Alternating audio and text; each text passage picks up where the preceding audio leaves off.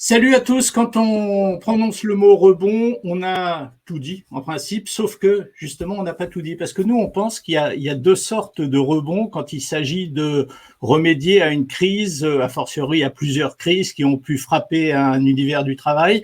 Le premier rebond, c'est un rebond brutal, massif, qui est souvent le fruit d'une idée géniale prise par le patron ou les patrons de l'entreprise.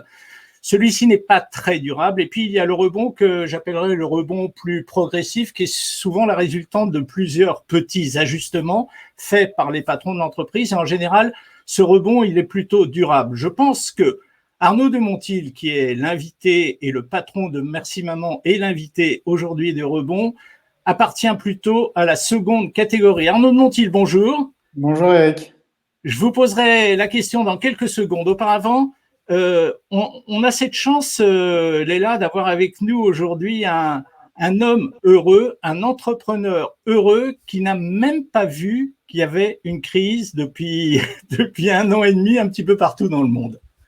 Je dirais même un dadpreneur parce qu'il aime bien se définir un peu comme ça.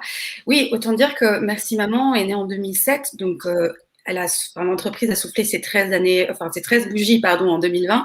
Autant dire que le chiffre 13 a été un chiffre plutôt porte-bonheur pour l'entreprise puisqu'elle a explosé ses ventes, notamment grâce au Black Friday. Donc moi, les derniers chiffres que j'ai vu, donc au 27 novembre, vous avez fait plus 80% en 2019, par rapport à 2019, et vous aviez atteint à ce moment-là, en 2020, 5,3 millions de pounds en vente. Donc votre objectif, c'était 6 millions. J'imagine que vous l'avez atteint depuis la fin de l'année 2020, voire le début de l'année 2021. Oui, tout à fait. Bonsoir à tous.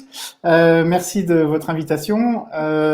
Je vais juste revenir sur deux, trois choses. Le fait qu'on l'a pas senti, si, on l'a clairement senti, à la fois en mars-avril l'année dernière de manière négative, puis le reste du temps probablement de manière plutôt positive, aidé par le shift de la consommation qui s'est plus tourné vers le e-commerce. Nous, on est une marque de bijoux personnalisés vendus exclusivement sur Internet, donc c'est sûr qu'on a pu bénéficier des circonstances. Mais après, on l'a quand même beaucoup senti, et là, pour le coup, de manière négative, ou en tout cas de manière où il fallait faire évoluer les choses au niveau de notre organisation, de la façon dont on travaille. Et ça, j'imagine qu'on va revenir là-dessus. Mais voilà, le télétravail, le fait que durant le lockdown, que ce soit en France ou en Angleterre, il fallait s'adapter, il fallait changer nos méthodes, nos process. Donc si, on l'a quand même senti. Mon micro. Arnaud, je reviens vers la question, enfin ce que je disais en ce début d'émission. J'ai l'impression que pour vous, le rebond, si rebond il y a eu, c'est un rebond très progressif qui est la conséquence de plusieurs petits ajustements que vous avez faits dans le quotidien de la société. Il n'y a pas eu une idée géniale, massive, qui a permis de sortir de tout ça. Il y a eu plusieurs petites choses de fait. Est-ce que j'ai raison quand je dis ça, Arnaud? Tout à fait. J'irais même plus loin, en fait, dans la stratégie de notre société depuis toujours. On a voulu grossir de manière progressive, de manière durable, comme vous l'avez dit avant. Pas simplement durable dans le sens écologie, produits, etc., mais également dans tout ce qu'on fait, dans la façon dont on manage notre société. Et donc, le fait que on ait pu rebondir est aussi dû à ça. On n'a jamais cherché des coûts pour monter d'un coup et puis redescendre derrière. On a toujours voulu créer une marque, créer une communauté. Et donc ça, c'est des choses qui sont très puissantes et qui le sont d'autant plus après. Donc en post-Covid, on n'a pas changé radicalement notre façon de travailler, notre façon de commercialiser nos produits, notre façon de promouvoir notre marque. Mais en effet, on a ajusté. Mais il n'y a rien eu de révolutionnaire ou de game changer, pour prendre un anglicisme, dans ce qu'on a fait. Merci Maman, c'est quand même c'est du e-commerce, donc tout se passe par Internet. Vous n'avez pas de boutique physique, donc ce qui peut arranger quand on a une situation comme la Covid. On pourrait penser qu'en fait, parce que je vous ai entendu dire qu'au printemps dernier, c'était un peu difficile, mais en quoi ça a été difficile? Parce que finalement, les ventes, elles se faisaient déjà par Internet, donc rien n'avait changé vraiment pour vous? Plusieurs choses qui ont changé. Déjà, au niveau de nos ventes, Par exemple, on avait fait un gros partenariat avec Cath Kidston, qui est une grande marque anglaise, qui était complètement ciblée sur la fête des mères UK, donc au mois de mars l'année dernière. Donc là, ça a été un peu un désastre avec tous leurs magasins qui étaient fermés. On devait également faire un certain nombre de pop-up dans des Selfridges à Manchester et à Londres. Donc ça, pareil, ça a été annulé. Donc il y a tout un travail qu'on avait fait pendant des mois qui n'a pas pu se passer. Donc là-dessus, on a été impacté. Mais après, en effet, le plus gros de nos ventes, c'est sur notre propre site internet. Et là, on a été impacté pendant quelques semaines où la consommation en règle générale a quand même été extrêmement réduite. Au départ en Italie, puis en France, puis après au UK. Donc on a pu voir l'évolution de la crise de cette manière-là. Et puis après, c'était surtout en interne où on a dû changer radicalement notre façon de travailler. On a dû fermer notre atelier de Paris pendant 3 semaines suite au confinement. Et du coup, on avait rapatrié toute notre production globale à Londres. Après, on a dû faire l'inverse quand Londres a dû fermer, ou pour le coup, c'est Paris qui avait récupéré toute la production et le service client pour tous nos marchés. Donc voilà, on a dû s'adapter, mais c'était plus dans le back-end, dans notre façon de travailler qu'en front-end, dans notre rapport avec les clients. Arnaud, on a vu quelques images du produit. Merci maman. On va quand même rappeler, même si effectivement c'est pas la première fois qu'on est avec vous sur French Morning. On a Léla a fait beaucoup de papiers, notamment sur votre activité. Merci maman. Ce sont donc des cadeaux. On a vu la manière dont ces cadeaux, dont ces médailles, dont tous ces bijoux, ces machins étaient gravés. Ma question est la suivante, c'est de l'artisanat, c'est l'impression qu'on a et c'est l'impression qu'on a eue au travers des images qu'on vient de voir. Est-ce que quand on est dans l'artisanat, on est moins soumis aux turbulences qu'il peut y avoir? Est-ce que c'est plus facile de traverser les tempêtes? Je sais pas, nous en tout cas, c'est clairement de l'artisanat. Nous, toutes nos pièces sont faites à la commande, une par une, puisqu'on grave principalement des prénoms d'enfants, des messages d'amour, des dates de mariage, etc. Donc c'est vraiment de l'artisanat. Après, est-ce qu'on est plus ou moins impacté que d'autres? Je sais pas très très bien. Mais nous, on a toujours voulu pas seulement vendre un bijou, mais vendre une expérience autour du bijou. Donc que ce soit en pré-achat au moment sur notre site ou sur nos réseaux sociaux, on veut vraiment raconter une histoire, qu'il y ait une atmosphère bienveillante, qu'il y ait des émotions qui se détachent de tout ça. Et puis après dans l'expérience client, des personnes qui reçoivent leurs produits, et ben on veut vraiment également que ça transparaisse dans cette interaction avec nos clients. Donc nous, on cherche vraiment voilà, cette expérience client. Après, beaucoup de notre croissance aussi, c'est faite par le bouche à oreille. Donc voilà, des clients satisfaits qui parlent de nous autour d'eux ou qui parlent de nous sur les réseaux sociaux. Donc on essaye en fait de combiner ce côté artisanal avec un côté très e-commerce moderne, avec un service client top. Donc avoir un côté à la fois Amazon très processé, très proche du client, très facile, et un côté très artisanal au contraire où tous les produits sont faits un à un, vérifiés un à un par une vraie personne. On a 2 ateliers, un à Londres et un à Paris. Que notre service client, ce soit facile de les appeler, facile de chatter ou d'emailer. Et pareil, c'est des vrais gens, on n'a pas des chatbots, etc. Donc voilà, un côté très moderne, un côté un peu plus old school. Moi, j'avais une question sur le fait que, vu que les ventes, elles ont augmenté dans l'année 2020, c'est des bijoux personnalisés, vous le disiez, c'est souvent des prénoms qu'on grave. On sait la difficulté qu'il y a eu pour beaucoup de monde et encore aujourd'hui d'être éloigné de ses proches, pas pouvoir vivre par exemple des naissances, des mariages, etc. Est-ce que justement, votre entreprise qui se définit comme une entreprise de bijoux personnalisés, le fait d'avoir créé cette marque autour de ce concept-là, ça vous a aidé justement à booster ses ventes peut-être plus que d'autres marques de bijoux qui vendraient simplement une bague, un collier? Oui, complètement. Je pense qu'il y a 2 choses. Il y a en effet le côté macro, des macroéconomiques des personnes qui sont de plus en plus passées sur du e-commerce parce que les magasins étaient fermés, mais également dans ce que nous on fait, où on a toujours insisté beaucoup, et ça date pas du Covid, c'est bien avant, sur le côté émotionnel des produits. sur l'importance du lien entre les personnes. Donc c'est certain que ça nous a aidé. Le fait que les gens puissent pas se voir, puissent pas célébrer la fête des mères ensemble, puissent pas célébrer des naissances ensemble. Et ben nous, à travers nos produits, on pouvait apporter cette chaleur humaine ou cette voilà, on a eu d'ailleurs beaucoup de très très jolis messages de gens qui nous écrivaient après en disant que voilà, ça avait été une super expérience à la fois pour la personne qui offrait et à travers nous et la personne qui recevait. Vous avez parlé, Arnaud, de chaleur humaine. Voilà un mode de management qui manifestement est le vôtre et celui de votre femme chez Merci Maman depuis des années et des années. Ouais. Je pense que ça, il n'y a pas mieux, justement, pour motiver le personnel. On a vu quelques images des femmes qui travaillent avec vous dans les ateliers. Je pense que pour motiver le personnel, faire preuve de chaleur humaine, faire preuve de collectif, c'est quelque chose d'essentiel. J'ai l'impression que c'est ce qui s'est passé chez vous, Arnaud. Je me trompe? Ouais, complètement. C'est marrant parce que justement aujourd'hui, on travaille beaucoup sur notre politique de responsabilité sociale des entreprises ou de corporate social responsibility en anglais. Et tout ça, c'est vraiment au cœur. Il y a le côté produit, bien sûr, essayer d'avoir des produits sourcés localement, d'avoir des produits recyclés, recyclables, écolos, tout ce que vous voulez. Mais pour nous, c'est un élément qui est bien sûr très important, mais qui est pas le seul élément important dans cette politique-là. Il y a la durabilité au niveau actionnarial qui est assez évident puisque nous, c'est une entreprise familiale, mais également autour de l'attention qu'on porte aux équipes, du management, de ce qui se vit dans la société. On avait l'habitude de faire beaucoup de fêtes, de fêter Noël, de fêter l'été, de fêter des anniversaires.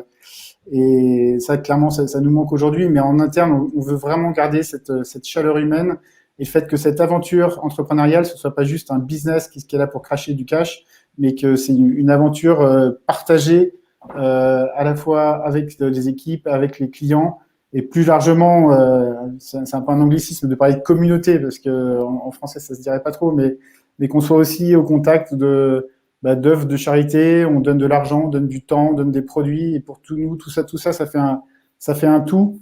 Et c'est sûr que on ressent vraiment cela dans les moments de crise. Et c'est vrai qu'il y a eu une très très forte implication de tout le monde, notamment au début quand on était en plein dans la crise. Que en France, par exemple, en avril, quand les écoles étaient fermées, ou en Angleterre, en janvier, février, là, quand les écoles étaient fermées, voilà, tout le monde essayait de s'adapter en fonction de ses collègues, ceux qui avaient des enfants, ceux qui n'en avaient pas. Une personne qui habite avec avec sa maman qui est âgée, du coup, il fallait qu'elle fasse très attention. Une autre dont le mari travaille à la NHS aux urgences, et du coup, elle était plus probablement porteuse du Covid, était plus à risque que d'autres. Donc voilà, on essaie de manager tout ça pour garder quand même une chaleur humaine et que cette expérience entrepreneuriale soit partagée pour tous et que voilà, qu'on ait un élément humain très très fort. Mais Arnaud, il y a quelque chose qu'on n'a pas précisé, vous me donnez l'occasion par votre réponse de le préciser, c'est qu'effectivement, il y a 3 implantations aujourd'hui de Merci Maman, qui sont donc Londres, Paris et Berlin. Léla. Voilà, tout à fait. Ouais. Et justement, quand vous disiez tout à l'heure, vous l'aviez expliqué en quelques secondes, le fait que vous avez vécu les confinements un peu les uns après les autres. Donc voilà, quand c'était pas la France qui était en confinement, enfin c'était le début du confinement, après il y a eu le Royaume-Uni. Est-ce que justement vous avez pu anticiper au mieux parce que vous avez appris, c'est-à-dire que vous avez commencé avec l'Italie, et puis après ça a été la France, et puis après le Royaume-Uni. Est-ce que c'est ça qui vous a permis aussi de vous adapter assez rapidement entre les décalages de 2-3 semaines à chaque fois que la vague elle reculait? J'aimerais vous dire oui et que je suis très très prévoyant, j'arrive à prévoir l'avenir, mais non, on s'est vraiment adapté au jour le jour, surtout au début quand c'était un peu chaotique et que personne ne savait vraiment où on allait. On a essayé d'être le plus flexible possible, et c'est vrai que le fait d'avoir des équipes très impliquées a fait que ça nous a aidés pour arriver à surmonter tous les changements de dernière minute qu'on a eu. Encore récemment, on avait une femme en plus qui est enceinte à Paris, qui a eu le Covid. Voilà comment on gère les cas contacts, pas contacts. Donc non, on essaie d'anticiper au maximum, de prévoir quel serait le plan B, mais en réalité, on est vraiment à gérer ça au jour le jour. Après, le fait d'avoir différentes localisations géographiques nous aide vraiment.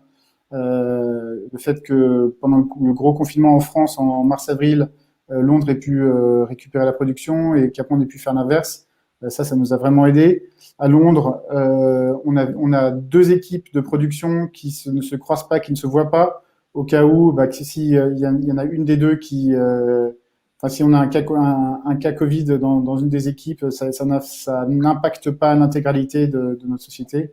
Voilà, on essaie de mettre des choses en place comme ça, mais après on gère quand même beaucoup au jour le jour. Arnaud, je vais vous poser une question qui petit à petit va nous emmener vers la deuxième partie de cette émission, puisqu'on a déjà passé la moitié de cette demi-heure ensemble. J'ai lu que vous n'avez jamais cessé d'investir.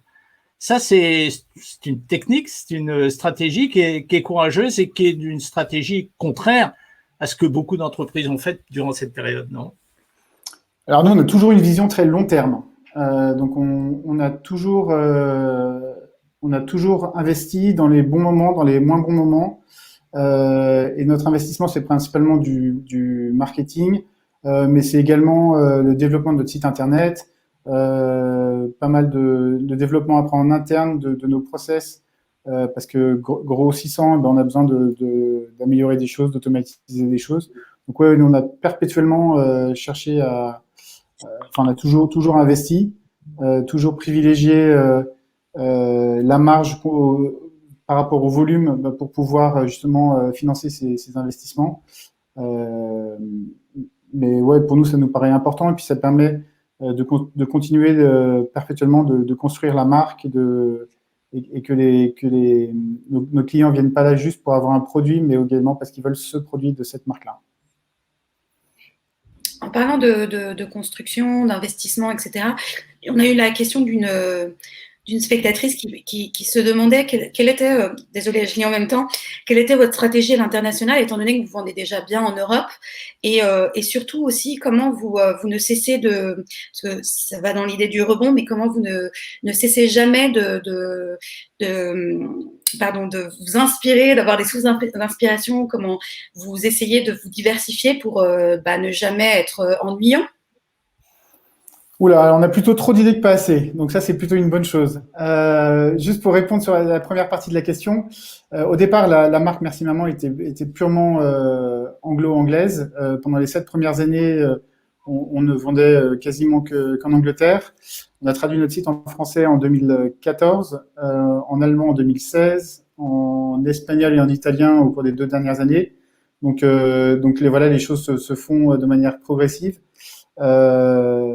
Et voilà, et on a encore beaucoup de choses à faire dans chacun de ces pays-là. Après, un de nos grands rêves, c'est de partir un jour aux États-Unis. Mais voilà, une fois de plus, on préfère faire les choses par étapes. Et il y a déjà beaucoup de choses qu'on peut faire en Europe avant de viser au-delà. Et après, en termes d'idées, des idées que ce soit des idées de produits ou des idées de marketing ou des idées de partenariat avec des influenceurs, avec d'autres marques. Ça, généralement, on en a plutôt trop que pas assez. Et puis après, c'est aussi on parlait tout à l'heure de management, mais voilà, nous, on a un management qui est très décentralisé. On n'est pas on veut vraiment que chacun apporte sa pierre à l'édifice. Et donc, toutes ces idées viennent de tout le monde, en fait. Des personnes qui sont au service client, des personnes qui sont à la production, des personnes qui sont en marketing. Et voilà, et après, c'est l'amalgame de tout ça qui fait qu'on arrive à continuer à être innovant, à la fois dans nos produits, dans nos façons d'adresser le marché, aux nouveaux marchés qu'on ouvre, etc. Bon Arnaud, il nous reste une petite dizaine de minutes d'émission, donc on va rentrer dans le sérieux maintenant, on va rentrer dans les chiffres. Lors de notre dernier entretien avec votre femme, Béatrice, créatrice de Merci Maman, elle nous avait dit, c'était au mois de juin 2020, donc il y a 7 mois, 8 mois, elle nous avait dit que vous étiez 40. Combien êtes-vous aujourd'hui? 48. Ah. On est quasiment 50. On est 48, plus quelques freelances qui nous aident. Et on continue encore à recruter. On a une nouvelle personne qui arrive la semaine prochaine. On continue à recruter. On a encore pas mal de postes ouverts. Avec le Brexit, on a rapatrié certaines de nos activités européennes, enfin Union européenne, de Londres à Paris. Donc, on recrute beaucoup à Paris. On va déménager de locaux à Paris en juin. On va passer de 128 mètres carrés à 300 mètres carrés. Donc, c'est pareil, on continue à investir et à recruter. Donc voilà, il y a des postes ouverts. S'il y en a toutes les personnes qui nous écoutent, n'hésitez pas à nous suivre sur LinkedIn. C'est là-dessus qu'on poste toutes nos offres. Mais on cherche en service client, on cherche en production, on cherche en graphic design. On vient de recruter, mais enfin, il y a des postes un peu dans tous les secteurs. Moi, je trouve ça assez impressionnant parce que on se dit qu'il y a une crise, on ne sait pas de quoi est fait l'avenir, on l'a vu cette dernière année. On pourrait se dire, même si les choses vont bien et que les ventes sont plutôt bonnes, on pourrait se rentrer un peu dans sa coquille et attendre en fait que la tempête passe. Mais vous passez de 40 à 48 employés, vous continuez à recruter, vous avez changé d'entrepôt. Le Brexit, visiblement, vous fait pas peur en termes de recrutement. Enfin, un conseil peut-être pour des gens qui essayent de rebondir et qui ont déjà peur de rebondir, c'est quoi la recette? C'est de se dire, de toute façon, on n'a pas le choix, il faut qu'on fonce. Non, on a le choix, on est libre. On aurait le choix même d'investir plus. On pourrait se dire que c'est justement le bon moment pour investir plus ou pour investir moins. Ce choix, on l'a. Je reviendrai juste aux fondamentaux. Ce que je disais tout à l'heure, c'est que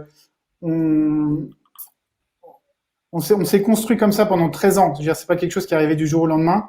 Et donc, c'est cette construction sur des fondations solides qui font que aujourd'hui, on a les reins solides pour continuer à grossir, pour continuer à investir.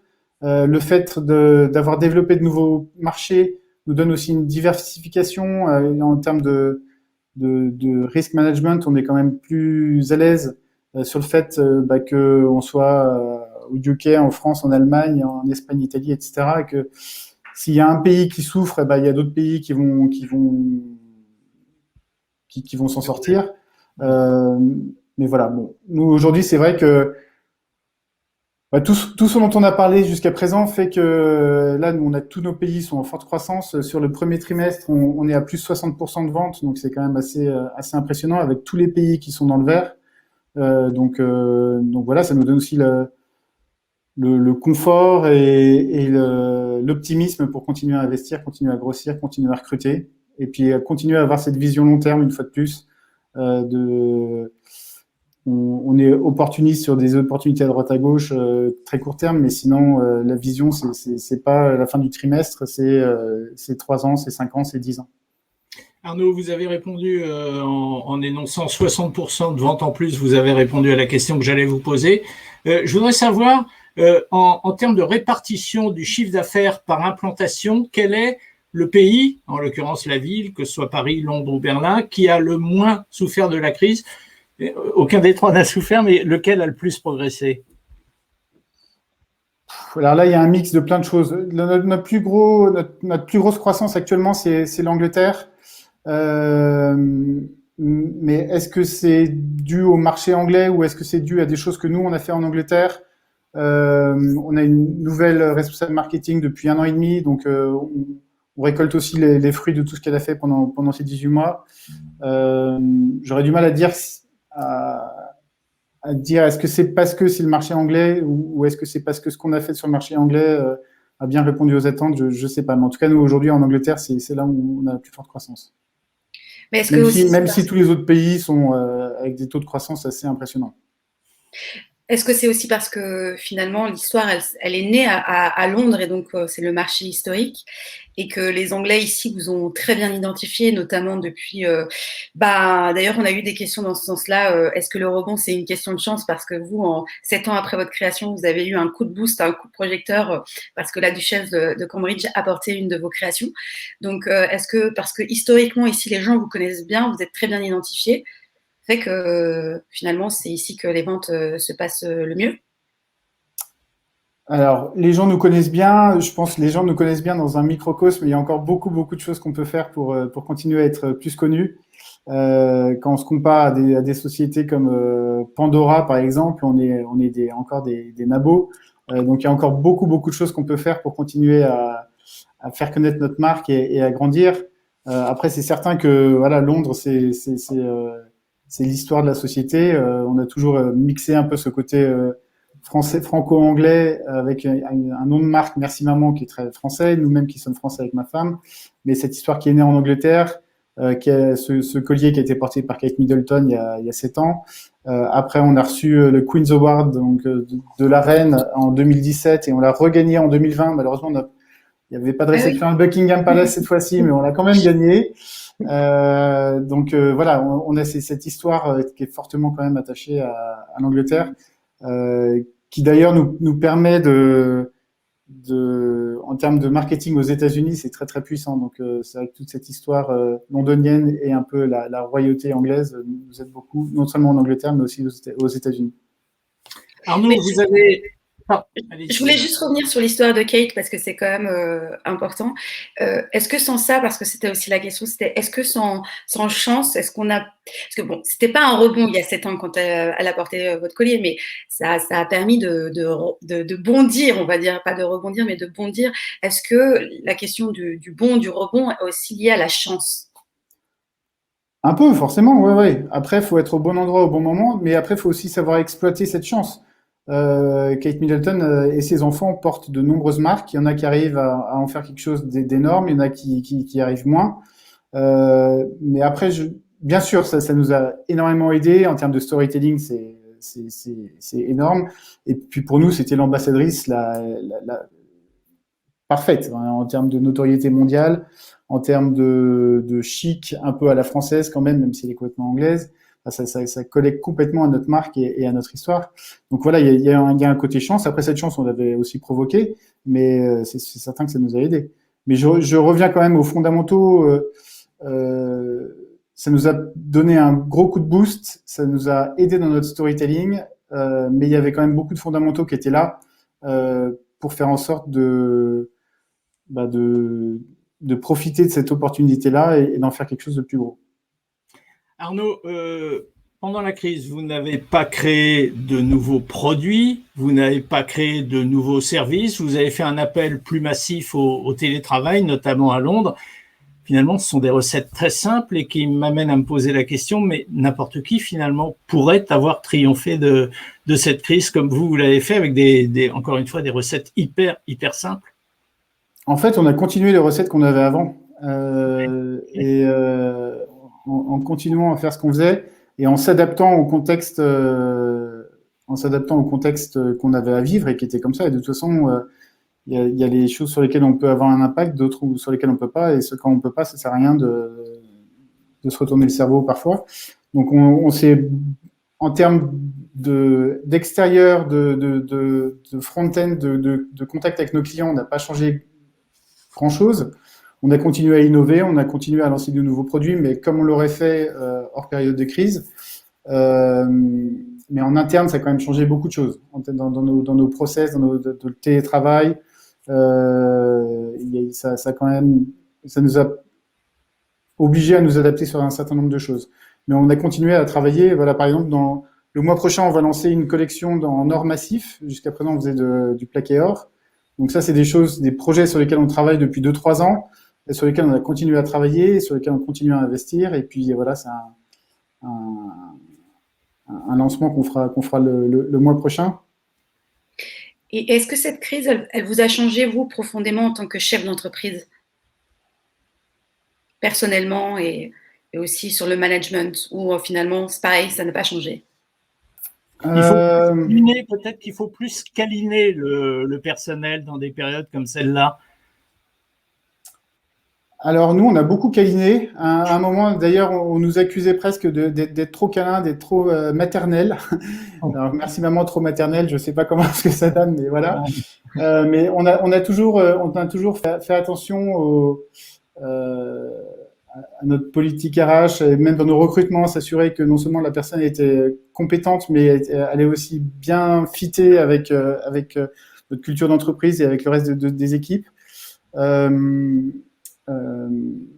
Après, ce Ce qui change, c'est que il a fallu beaucoup s'adapter aux spécificités de chacun. Entre ceux qui avaient des enfants, ceux comme je disais tout à l'heure, qui habitaient avec des personnes âgées, ceux qui étaient au contraire, ceux qui voulaient travailler, ceux qui voulaient pas télétravailler, ceux qui un jour voulaient télétravailler et puis une semaine après disaient en fait non, c'est un enfer, je veux retourner au bureau. Donc ça a été beaucoup d'adaptation et donc et réussir qu'avec les spécificités de chacun, on ait quand même un moule global qui fasse que ça marche et qu'on puisse continuer à offrir la même satisfaction client que ce qu'on faisait avant, tout en continuant à respecter les règles sanitaires dans chaque pays qui étaient différentes et à faire attention à ce que tous les gestes barrières, notamment dans nos bureaux qui commencent à être trop petits, on n'est quand même pas trop de monde au même endroit au même moment.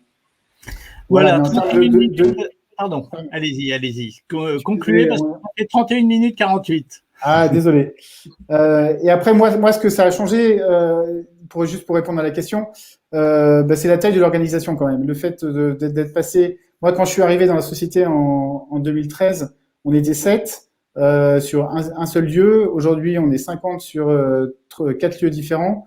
Il faut adapter ses process, adapter ses outils pour continuer à faire en sorte que cette vision d'entreprise et ce qu'on vit au jour le jour tous ensemble continue de perdurer malgré le contexte.